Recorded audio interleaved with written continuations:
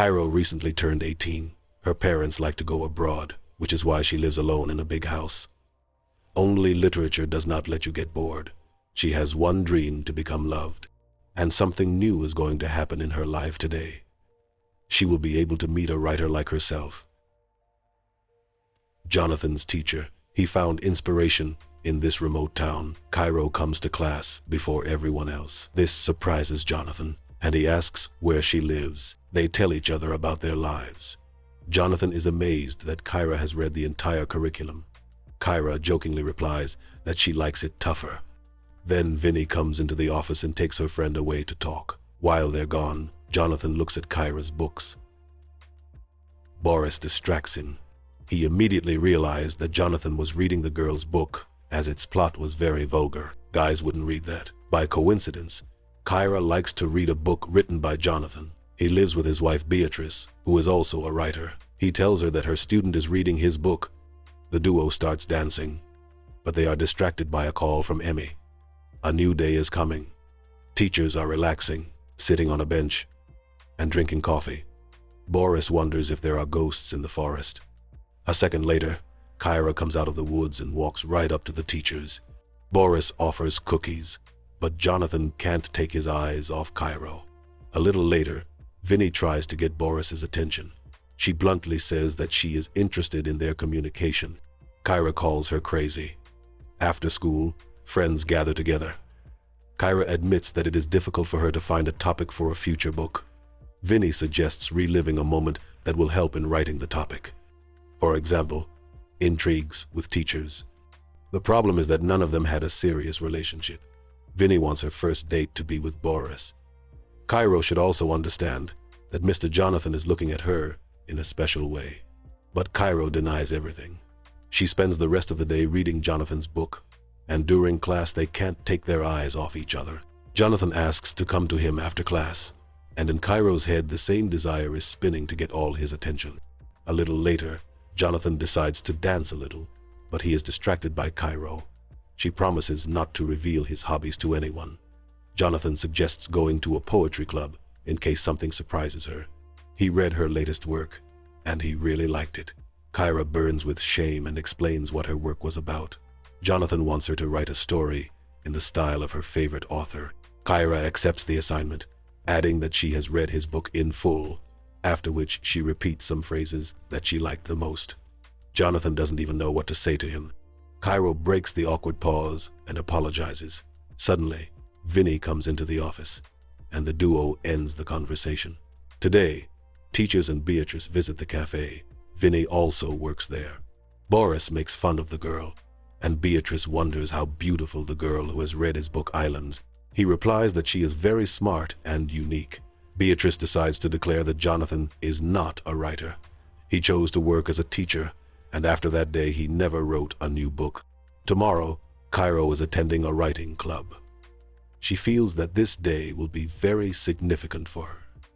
Jonathan is glad to see her. A guy comes on stage and reads his work. Jonathan listens to him carefully, but Kyra looks exclusively at Jonathan. Tomorrow she brings coffee to the teachers. Boris shares his cookies. Kyra doesn't understand why Boris makes such delicious cookies, but she doesn't tell anyone about it. He could sell it. Vinny will be able to make a logo. Today, the girls went to Jonathan. He tells them that he is going to go on vacation with his wife. Vinny sees how the Mila duo communicates with each other, and when the teachers come out, she suggests that Kyra make the first move and seduce Jonathan. Boris interrupts their conversation. He decided to sell cookies. Vinny quickly joins their team. She just needs his number. This afternoon, Kyra called Jonathan, and he promised her that he would stop by her place before leaving. Kyra argues that when love is real, it is quiet and inevitable. A couple of hours later, Jonathan arrives at Kyra. She leaves the house dressed in a white dress. All Jonathan can do is stand and watch her walk towards him. Kyra stops and asks to come to her. Jonathan stands still anyway, and then Kyra takes the first step, followed by a kiss. When he returned home, he kept getting messages from Kyra. Beatrice is annoying about the room. This forces Jonathan to go to the bar. There he begins to read a new book by Kyra. He gets carried away and imagines that they are the main character. Unable to resist, he does the dirty deed. A new day is coming. Kyra notices Jonathan's strange behavior. She asks what happened to him. Jonathan replies that she needs to choose a new author. She claims that he asked her to write a book about a topic she knows. Jonathan asks if she really knows this. Kyra replies that it's them. Seeing how he is swept away, Kyra calls it about two similar people who reject social restrictions. Jonathan still thinks this book is too mature. Kyra's sure he's too scared. They're not strangers anymore. Jonathan tries to explain that she is his student and he is a teacher. Kyra still wants recognition that the job is good. It's just that Jonathan doesn't want to admit it and calls Jonathan redundant, but without ambition. He can be much better. But right now, he's irresponsible. Before she leaves her story in the mailbox for the administration. Friends meet in the evening. Vinny asks if she likes Jonathan. Kyra calls it an imitation of sushi from a gas station, but she loves it anyway. At this time, Beatrice finds out what his student wrote, but he does not admit who the story was written about. Beatrice manages to persuade her to talk about the work. Kyra suggests that Vinny write to Boris. That's what she does. He came to visit Jonathan's family. Beatrice notices Boris texting someone, but he won't tell her who at Island. The conversation begins to turn in a different direction, and Boris puts the phone away. Jonathan got a call from the administration and was accused of having an inappropriate relationship with Kyra, but he denies everything. He understands that if she manages to prove that they had something, he could lose his job. Beatrice adds that she is not only working and asks to tell the truth. Jonathan swears that nothing happened. Tomorrow Kyra is skipping classes. Vinny looks very confused. She tries to make Jonathan feel guilty, but he looks as cold as possible. Later, Kyra comes to the director and describes their adventures. Jonathan has to defend himself.